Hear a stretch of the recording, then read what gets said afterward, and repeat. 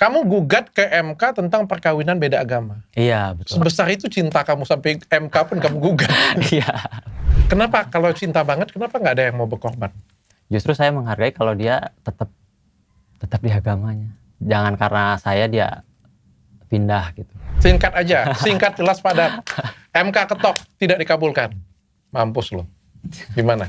Tapi walaupun misalkan harus selesai, setidaknya saya udah berjuang sampai di saat-saat terakhir. Ada foto cewek kamu nggak sih? Aku jadi penasaran. Loh, cowok pacar kamu?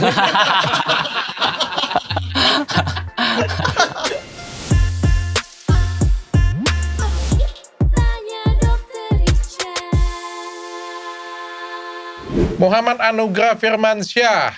Halo dok. Apa kabar, Dek? Alhamdulillah baik. Umur berapa kamu, Dek? Tebak dok, berapa dok? 30, karena saya sudah tanya. Betul. Gila, kamu gak kelihatan kayak 30, kelihatan kayak bocil kamu. Alhamdulillah. 30 dok, 95.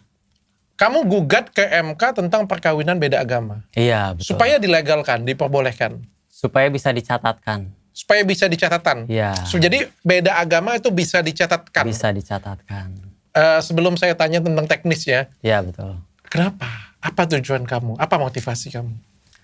Jadi perkawinan agama itu dok tidak bisa dicatatkan. Udah apa motivasi kamu? Kamu punya pacar. Iya, betul. Kamu mau nikah. Iya. Pacar kamu beda agama. Iya. Ya itu motivasinya.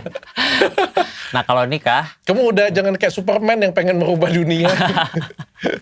Jadi ini dok, di komen-komen sebelum saya masuk ke situ ya dok. Di komen-komen ini kok menggugat Tuhan gitu kan. Banyak yang komen gitu, dia menggugat Tuhan. Padahal itu saya menggugat undang-undang dok. Oh, yang kamu gugat undang-undang, bukan Tuhan ya? Tuhan. Bukan Tuhan ya? Bukan Al-Quran juga, bukan kitab suci ya? Bukan ya?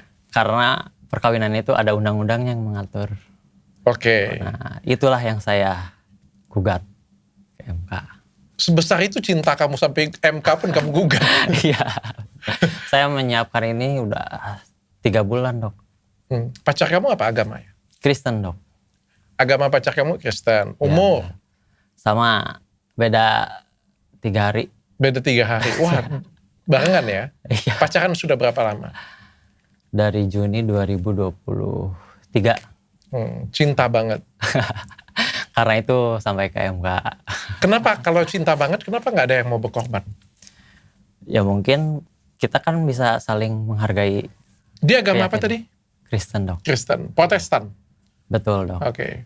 Dia juga cinta kamu? Betul, pastinya. Keluarganya terima kamu? Iya. Keluarga kamu juga terima dia? Iya. Jadi hari ini cuma terhalang tembok agama? Tembok negara. Tembok negara, bukan tembok agama ya? Oke. Ini ada lagunya ini. Gimana tuh dok? Kalau nggak salah lagunya Marcel ya?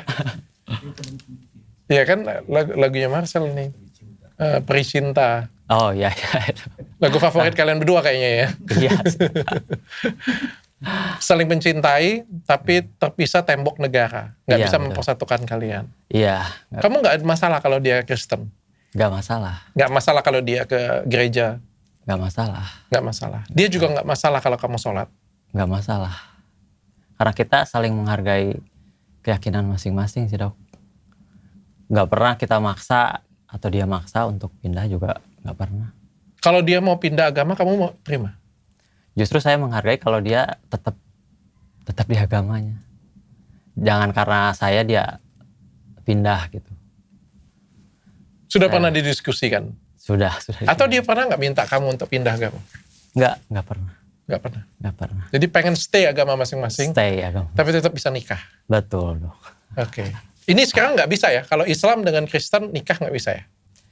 Bisa, cuman nggak bisa dicatatkan. Oh, nggak dicatatkan? Iya. Nikahnya nikah siri jadi? Iya, sama dengan nikah siri. Nah itulah yang saya gugat. Kenapa nggak bisa dicatatkan memang ya? Secara undang-undang bagaimana? Secara undang-undang itu diatur di Undang-Undang Administrasi Kependudukan. Untuk orang yang menikah beda agama harus ditetapkan lewat penetapan pengadilan. Nah, kemudian muncul surat edaran Mahkamah Agung nomor 2 tahun 2023 yang berisi 2 hal. Pengadilan tidak boleh mengabulkan pencatatan perkawinan antar agama. Oh, tidak boleh? Tidak boleh. Alasannya nggak dikasih tahu? Pokoknya tidak boleh aja? Tidak boleh. Itu kamu gugat? Bukan surat edaran Mahkamah Agungnya, tapi undang-undang perkawinannya. Undang-undang perkawinannya kamu Iya, gugat? betul. Baru pulang dari sidang ya? Baru tadi. Sudah sidang berapa kali? 2, yang pertama tanggal 13, itu sidang pendahuluan. Jadi kita menyampaikan pokok-pokok gugatan itu apa aja. Kemudian hakim yang mulia menyampaikan saran dan masukan. Kemudian saya dikasih waktu 14 hari untuk Mikir-mikir. termasuk mikir-mikir. Termasuk mikir-mikir. Iya, kan, Dek, kamu cinta kamu gede banget, Dek, sampai negara aja kamu lawan. karena dikasih 3 pilihan oleh hakim. Apa-apa? Pertama, melanjutkan gugatannya tanpa perbaikan. Oke. Kedua, mencabut gugatannya. Nah, Ketiga, meneruskan dengan memperbaikinya. sebenarnya ada jalan yang lebih simpel. Kenapa kamu pilih untuk menggugat negara? Misalnya nikah di luar negeri bisa. Nah, iya itu. Jadi kalau nikah di luar negeri itu istilahnya itu, Dok, penyelundupan hukum. Jadi penyelundupan hukum itu menghindari hukum nasional. Kita keluar negeri nih karena hukum nasional tidak memungkinkan kita keluar negeri. Ya boleh aja kan, tapi kan? Ya boleh. Cuman kan berarti negara itu nggak adil, masa negara mendorong warga negara untuk Ya kan melakukan belum penyelundupan. boleh soalnya di Indonesia. Iya. Oke, ini tembus nih. Singkat aja. Singkat, jelas, padat. MK ketok, tidak dikabulkan. Mampus lo. Gimana? Putus, nyambung? Ganti lagunya, ganti. Dari Peri Cintaku ganti jadi Judika. Putus atau terus? Kalau mungkin pada akhirnya Oke, hakim menentukan nolak, tidak dikabulkan, Tidak atau ditolak. dikabulkan. Putus atau terus? kemungkinan terus gitu. Tapi walaupun misalkan harus selesai, setidaknya saya udah berjuang sampai di saat-saat terakhir. Jadi, Dok, kalau dikabulkan itu kan bunyi pasal 2 ayat 1 itu, pernikahan sah apabila dilakukan menurut hukum masing-masing agamanya dan kepercayaannya itu. Nah, saya tuh menambahkan kalimat selanjutnya. Apa?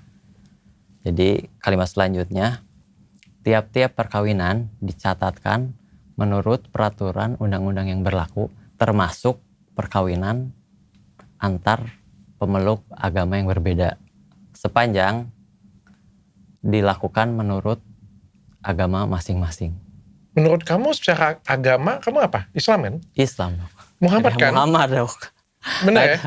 Nah, itu yang banyak di komen tuh, kok namanya Muhammad tapi Ya. apalah. Kalau di agama Islam nikah beda agama boleh nggak sih?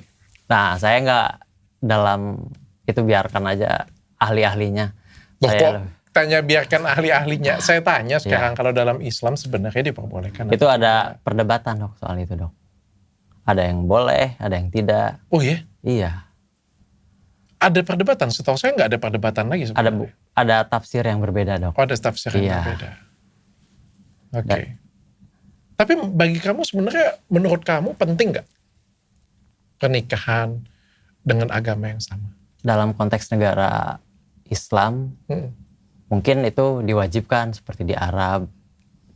Bagi Iya. kamu pribadi, bagi kamu sendiri, itu penting atau tidak? Mungkin kembali ke masing-masing sih, Dok.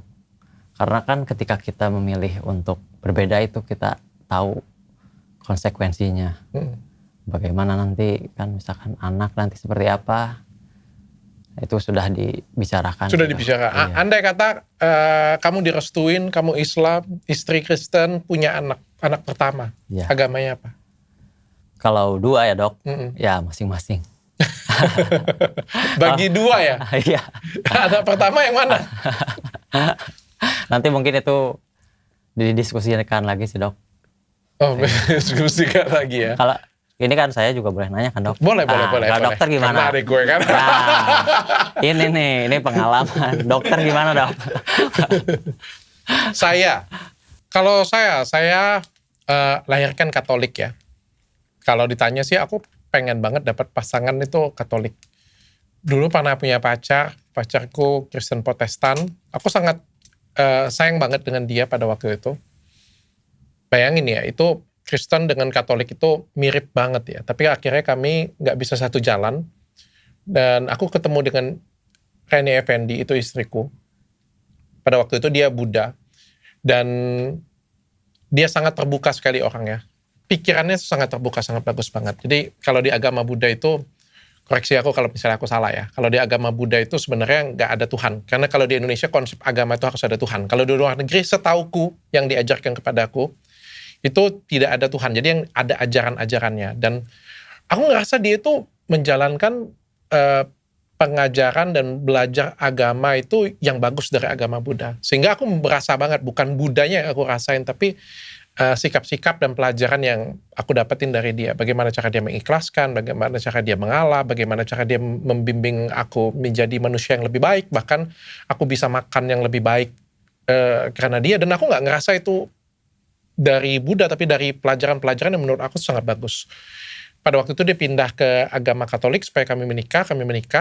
Tapi sering jalannya waktu, mungkin aku juga lebih jarang pergi ke gereja, jarang ibadah dan lain sebagainya, sampai akhirnya aku menganggap diriku kayak bertahun-tahun aku sempat nggak percaya agama, aku nggak percaya dengan Tuhan, sampai akhirnya aku belajar agama Islam. Dan mungkin selanjutnya bisa diketahui aku banyak berubah menjadi orang yang lebih baik.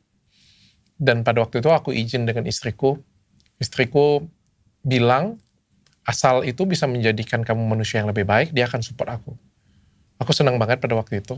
Kayak, aku tahu banyak yang gak bisa terima keputusan aku ini, tapi istriku sendiri itu sangat terbuka sekali dan dia mensupport aku. Intinya dia bilang, pokoknya selama kamu bahagia, selama kamu gak nambah kebencian, gak mendendam, kamu gak menjadi orang jahat dan menjadi orang yang baik, aku akan support apapun yang kamu mau ataupun jalan yang kamu pilih, dia bilang. Ya, dan tapi setelah itu dia bilang memang kalau misalnya kamu sudah memilih, boleh nggak aku balik ke agama Buddha? Karena sebenarnya pada waktu itu juga dia tetap menjalankan ajaran-ajaran agama Buddha. Dan sekarang ya, aku ngerasa sih so fine ya. Istriku sering pergi ke wihara, aku sering support banget karena menurutku banyak pelajaran-pelajaran yang bagus yang ada di rumah. Aku juga menjalankan syariat sebisaku, tapi aku nggak pernah memaksakan. Anak-anakku juga dua-duanya Nasrani. Tapi nggak ada yang, semuanya tuh nggak ada yang nggak ada yang fanatik ya, nggak ada yang fanatik. Kalau ditanya ya dalam diriku, ada nggak keinginan pasti kita satu rumah tuh satu agama? Ya siapa sih nggak pengen, semua orang juga pasti kepengen ya. Cuma kan pelan-pelan. Ini kan bukan sesuatu hal yang gampang, apalagi ada agama ini kan didapatkan ya, bukan warisan. Jadi aku pelan-pelan sih, dan kalau aku paksakan akan terkesan jelek, bahkan mungkin nanti akan timbul kebencian. Bagiku sebenarnya yang paling penting itu adalah memberikan contoh, ambil sesuatu yang bagusnya. Ini koreksi aku lagi kalau misalnya aku salah ya, tapi ini pandanganku pribadi. Kalau misalnya kita semakin menjadi manusia semakin baik, semakin peduli dengan satu sama lain, saling mengasihi, kalau menurut aku itu sudah cukup sih. Dan itu keluarga yang aku impikan. Kalau tanggapan dari orang sekitar itu gimana, Dok? Peduli amat. Nah, mungkin kekhawatiran itu akhirnya... Emang dia lebih bahagia dari kita? Nah, itu, Dok. Hidup keluarga mereka aja belum tentu lebih baik dari keluarga aku. Betul. Rumah tangga mereka aja belum tentu lebih bagus daripada rumah tangga aku. Ngapain mikirin mereka? Ada lagi yang ngomong situ, emang boleh ya, emang ini ya, emang itulah. Keluarganya aja cerai. Nanti anaknya gimana? Katanya mungkin. Mereka ngurus anaknya aja kagak beres. Peduli amat. Orang-orang yang mungkin gak peduli dengan keseharian kita, tiba-tiba peduli dengan gimana nanti anaknya. Padahal anaknya juga belum ada gitu kan. Pintar juga dibalikin kartunya. Tapi untuk itu anak, Dok, gimana, Dok? Tapi kan sekali lagi aku bilang, gak semua keluarga itu sama. Betul. Gak semua, satu hal yang aku ketahui adalah agama itu adalah hal yang paling prinsipil dalam hidup. That's the point. Kamu lahir dari agama Islam. Betul. Itu adalah hal yang paling prinsip dalam hidup. Ketika mau diubah, itu nggak segampang itu. Itu nggak semudah itu. Kecuali hati kamu menemukan sesuatu hal yang lebih nyaman daripada itu. Nggak semudah itu sih menurut aku. Itu kalau dokter prosesnya dok? Mengalir kalau saya sih. Kalau aku mengalir. Tapi ada nggak keinginan dari dalam hati kamu untuk merubah dia menjadi Islam? Enggak. Sedikit pun? Enggak. Saya ingin tetap masing-masing aja sih dok. Dan itulah yang saya sekarang perjuangkan. Kalau misalnya pacar kamu bilang, kalau kamu mau dengan aku, kamu pindah Kristen. Enggak dok. Karena tadi kata dokter prinsipnya kan. Agama itu prinsip. Nah, kita gimana kita itu menghargai keyakinan masing-masing. Jadi nggak harus maksa atau seperti apa. Ini saya nanya juga ya dok ya. Karena dokter ini bisa jadi saksi loh dia. Oh iya? Bisa mendukung argumen saya ini. Tapi cinta kamu luar biasa sampai kamu menggebrak MK ya? MK aja kamu gebrak ya? Iya. Terharu gak sih pacar kamu? Yang jelas ya. Gila, itu dia bilang kamu terharu, apa lebih tepatnya dia bilang kamu gila. Yang jelasnya pasti support sih dok. Terus dia bilang ini nggak berlebihan, gimana nanti tanggapan warga masyarakat. Karena kan udah macem-macem tuh kan. Komentar-komentarnya juga. Ini menggugat Tuhan. Ini wah nanti pernikahannya kacau atau seperti apa, zina. Ini sama dengan zina seumur hidup katanya. Menurut kamu? Ini ya enggak lah dok. Ini namanya Muhammad tapi kelakuannya apa? Yang paling lucu itu gini dok. Nah ini kalau ayahnya ngasih nama salah katanya, M-nya tuh satu huruf, Muhammad tuh harusnya 2 huruf katanya. Itu paling kocak itu sih dok. Orang tua tapi support. Dan orang tua tuh gugat aja nak. Tahu-taunya setelah beritanya di mana-mana. Udah. Kalau dari komentar-komentar lebih banyak yang support atau lebih banyak yang nggak support sih? Saya nggak baca semuanya sih dok. Ada beberapa yang support, ada cuman memang lebih banyak itu mungkin yang nggak bisa nangkap dok.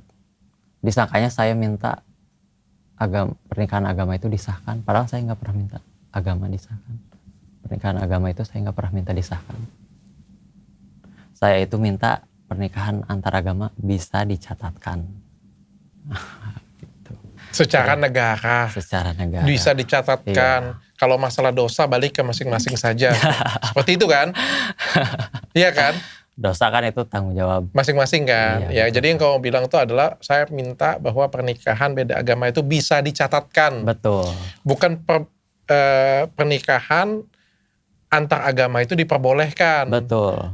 Ya, kalau masalah dibolehkan atau tidak dibolehkan, masuk neraka atau masuk surga nanti urusan masing-masing saja. Tapi boleh dicatatkan. Negara lain kayak gimana ya? Negara lain misalkan di Singapura itu boleh. Singapura boleh. Iya, di Thailand juga boleh. Dan gugatan ini. Thailand jangankan itu. Pernikahan sama jenis saja gas. Bener gak sih? Iya. Bener ya? Iya. Dan gugatan itu bukan yang pertama kali dok. Sudah diajukan 2 kali. Ada yang bucin juga sebelum kamu ya? Ada. Kalah? Pertama 2014. Kedua 2022. Dua-duanya ditolak. Dua-duanya ditolak? Ditolak. Terus kenapa kamu ngajuin lagi? Nah jadi mereka itu pada intinya minta agama mengesahkan. Oh. Nah. Sedangkan kamu nggak minta agama mengesahkan. Kalau kamu ngomong agama mengesahkan, kamu merubah Al-Quran gitu ya? Merubah hadis juga kan? Jadi MK dalam pertimbangannya, MK itu nggak ikut campur urusan agama. Makanya ditolak kan. MK itu nggak ikut campur urusan agama. Urusan agama itu kembali ke otoritas, lembaga, dan organisasi keagamaan. Sedangkan negara itu tugasnya hanya mencatat. Mencatatkan. Nah, ya itu. Jadi kamu gugat ke MK, negaranya yang kamu gugat. Ya, undang-undangnya itu. Mm-mm. Undang-undang 1 1974. Oke, dari tahun 1974, Iya. belum ganti-ganti ya? Belum. Udah lama banget ya? Udah ada 2019 diperbarui itu hanya mengubah umur Umur pernikahan. Jadi 21 itu dong. Oh sekarang 21 ya? Nggak Iya. lagi 18 ya? Tadinya kalau 19 butuh izin orang tua. Hmm. Kalau 21 nggak perlu izin. Nggak perlu izin orang tua? Sebelumnya kan 16 juga bisa kan itu dok. Oh iya, oke sekarang naik jadi 21 ya? 21. Kalau menang nih gugatan kamu, apa yang kamu lakukan? Kalau menang itu kan undang-undangnya jadi versi saya tuh. Pasalnya tuh berubah jadi versi saya. Dimaknai sebagai yang saya mintakan ke MK. Nah, jika dikabulkan maka ya saya bisa mencatatkan perkawinannya. Walaupun ada proses lewat penetapan pengadilan. Oke. Peresmiannya, bukan peresmiannya. Apa itu kita ngomongnya? Pemberkatan. Iya. Akad nikahnya secara apa coba? Bisa dilakukan 2 cara dok. Wah gokil kamu. Agak. Jadi memang ada lembaganya. Kayak gimana ceritanya? Coba jelaskan saya. Kayak gimana ceritanya? Oke, ke segi agama kamu dulu deh. Kan saya sudah nih MK memutuskan nih perbedaan agama sah, Iya. boleh dicatatkan. Oke, kamu nikah nih dengan dia nih. Iya. Dek lagi. Ya, Ayang kita sudah dapat nih bisa dicatatkan nih. Oke. Iya. Ininya bagaimana akadnya? Ada lembaganya dok. Ada lembaganya. Ada. Namanya salah satunya ICRP. ICRP. Indonesian Conference Religion and Peace. Jadi itu lembaga NGO yang memfasilitasi perkawinan beda agama. Sudah ada di Indonesia? Udah ada dari tahun 2025 sampai. Iya, pemuka agamanya siapa tapi? Di sana banyak pemuka agama dok. Oh jadi 2 pemuka agama. Jadi Iya. satu kiai, satunya lagi nanti pendeta. Ya betul. Berkatin. Emang ada kiai yang mau berkatin kamu nanti? Ada. Itu kan sudah ada 1.655 orang. Yang nunggu? Yang sudah. Yang sudah? Yang sudah menikah. Sudah menikah, tapi tidak dicatatkan gitu ya? Dicatatkan. Itu kan sebelum ada surat edaran Mahkamah Agung ini dok. Surat edarannya dari kapan itu? 2023. Apa nih? Maksud surat edaran apa nih 2023 ini? Itu yang tadi yang pengadilan itu tidak boleh mengabulkan permohonan pencatatan. Sebelumnya boleh? Iya. Sebelum tahun 2023, Iya. nikah beda agama tuh boleh dicatatkan? Iya, ada pengadilan di kota A misalkan ada yang boleh, pengadilan di kota B ada yang tidak membolehkan. Memang tidak konsisten. Kok aku nggak ngerti nih? Kan katanya digugat dari tahun 2014 nih. Terus 2000 berapa lagi digugat. Ini sebenarnya boleh nggak sih nikah beda agama? Karena itu terkait sah atau tidaknya yang 2014-2022 dok. Sedangkan saya pencatatannya dok. Malah kan sempat dipersoalkan oleh Wapres Bapak Kiai Ma'ruf Amin soal SEMA itu. Katanya bagaimana nanti kepastian hukum untuk anak-anak. Karena tidak bisa dicatatkan kan berarti sama dengan nikah siri kan seperti itu dong. Pernah dipersoalkan. Tapi sebelum tahun 2023 itu bisa dicatatkan atau nggak bisa? Bisa. Oh bisa dicatatkan, Bisa. tapi tidak sah. Jadi beda dok antara sah atau tidak dan dicatatkan atau tidak dicatatkan. Jadi gini prosesnya.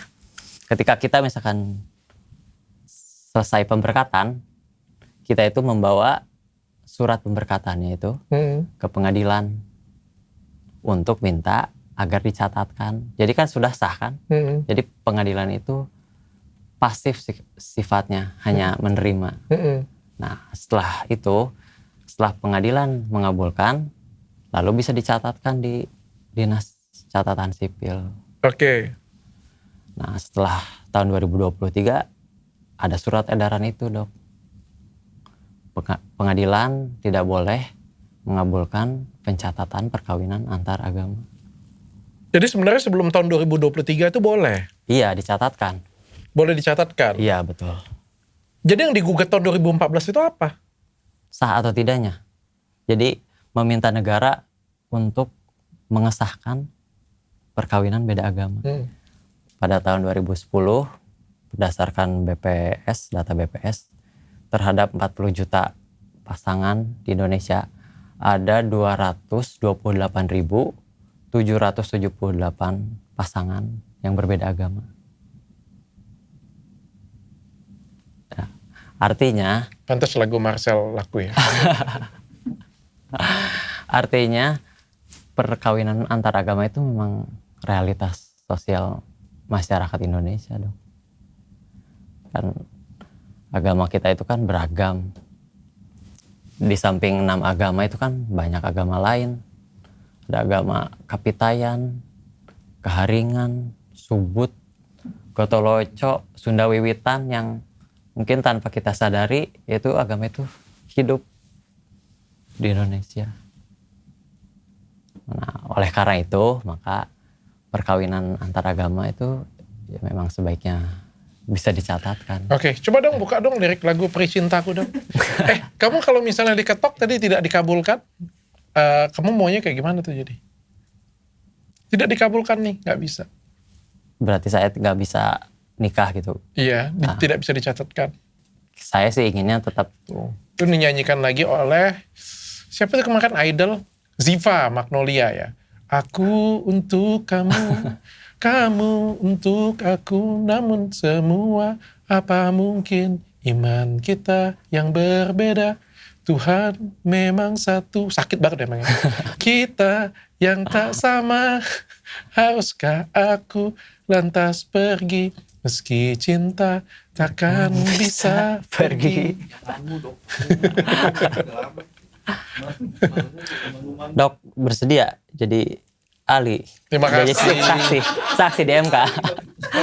Kayaknya pengalaman. Hidup saya sudah ribet. Jangan dibikin ribet.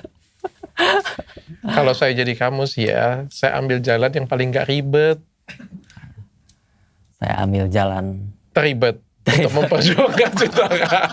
Jadi saya tanya, kalau kamu diketok palu nih, tidak dikabulkan. Kamu maunya kayak gimana coba? Ya mau gimana lagi dok. Tidak jadi menikah? Batal menikah? Iya, karena tidak memungkinkan untuk dicatatkan kan. Putus? Mau gimana lagi? Dia dengan cowok lain?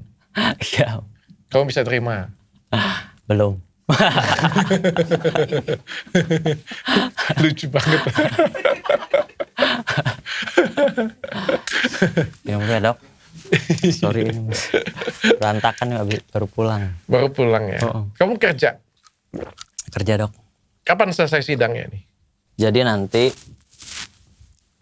akan diputuskan di rapat pleno, belum dikasih info juga. Kamu berjuang sendiri, kamu nggak pakai pengacara? Nggak pakai pengacara? Enggak. Kamu SH?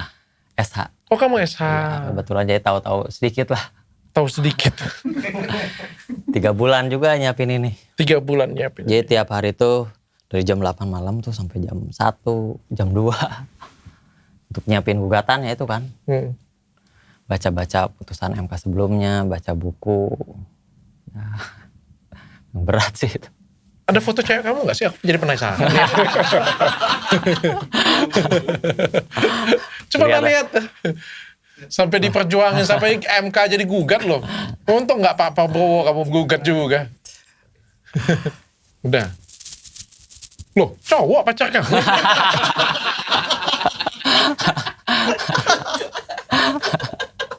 Ternyata cowok pacarnya.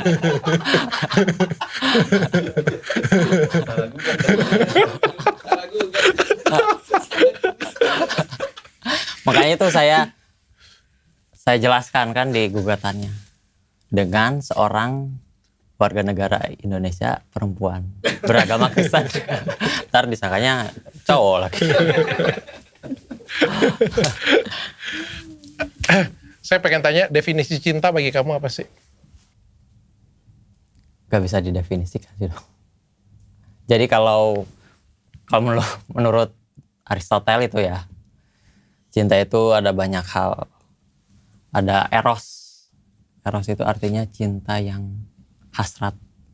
Cinta dengan lawan jenis itu eros. Ada juga philia.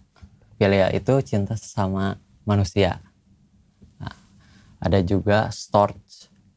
Storge itu cinta dengan keluarga. Dan satu lagi saya lupa lagi. Itu cinta kepada Tuhan. Nah, itu cinta yang menurut Aristotle tuh unconditional love. Nah, menurut saya cinta itu ya pada akhirnya tanpa syarat. Cinta yang tanpa syarat. Kalau Nah, arti pernikahan bagi kamu? Pernikahan itu kan memang bukan sekedar saya berhubungan dengan dia atau ikatan antara dua manusia ya dok. Itu ikatan keluarga besar. Karena di dalam keluarga itu kan kita membangun bagaimana kedepannya seperti apa, anak-anaknya bagaimana. Jadi pada akhirnya berkeluarga itu ya memang harus saling yakin satu sama lain tanpa memaksakan kehendak masing-masing sih dok. Dokter gimana? Apa? Soal anak itu. Kalau saya penganut demokratis sih, saya bebas. Selagi kamu bahagia. Didiskusikannya itu seperti apa? Kasih bagi saya selagi kamu menjadi orang yang lebih baik, apapun itu ya go ahead dengan pilihan kamu. Asal kamu jadi yang lebih baik ya bagi saya. Kalau menurut saya tuh agama itu adalah acuan, jalan untuk buat kita itu menjadi orang yang lebih baik sih. Saya turut senang sih kalau misalnya suatu hari nama kamu Muhammad Anugrah Firmansyah. Dipanggilnya Ega aja dong. Ega. Kamu suatu hari misalnya memilih agama yang lain ya. Meskipun ya saya gak suka pasti ya. Saya turut berbahagia untuk kamu. Asal bisa membuat kamu jadi manusia yang lebih baik. That's the point. Saya punya poin kalau misalnya tetangga saya bahagia, saya harus ikut bahagia. Saya gak boleh punya hati yang busuk dan iri. Ketika tetangga saya atau teman saya atau orang jauh saya itu bahagia, terus saya marah-marah. Kenapa saya harus marah-marah? Orang dia bahagia kok dan jadi manusia yang lebih baik kok. Terus kenapa yang saya harus mengotori hati saya? Bagi saya seperti itu. Ataupun siapapun juga kalau misalnya dia menemukan jalan hidupnya jadi lebih baik dengan ajaran itu, ya go ahead. Andai kata semua dunia seperti itu, saya pikir akan indah sekali pasti. Nggak akan ada egois yang mana yang lebih baik, yang mana yang lebih ini. Kan karena kita menjalani hidup jauh lebih baik akhirnya. Betul. Oke, Ega. Selamat berjuang. Terima kasih dok. Mudah-mudahan hakimnya bisa kamu tundukkan. Ya, semoga aja dikabulkan dok. Memang belum tahu kapan sidang lanjutannya. Nanti kita itu akan dikasih kesempatan untuk mengajukan ahli dan saksi untuk mendukung argumentasi kita di Mahkamah Konstitusi. Ada biaya dong? Ada biaya. Kecuali ya memang ahli atau saksinya sukarela ya.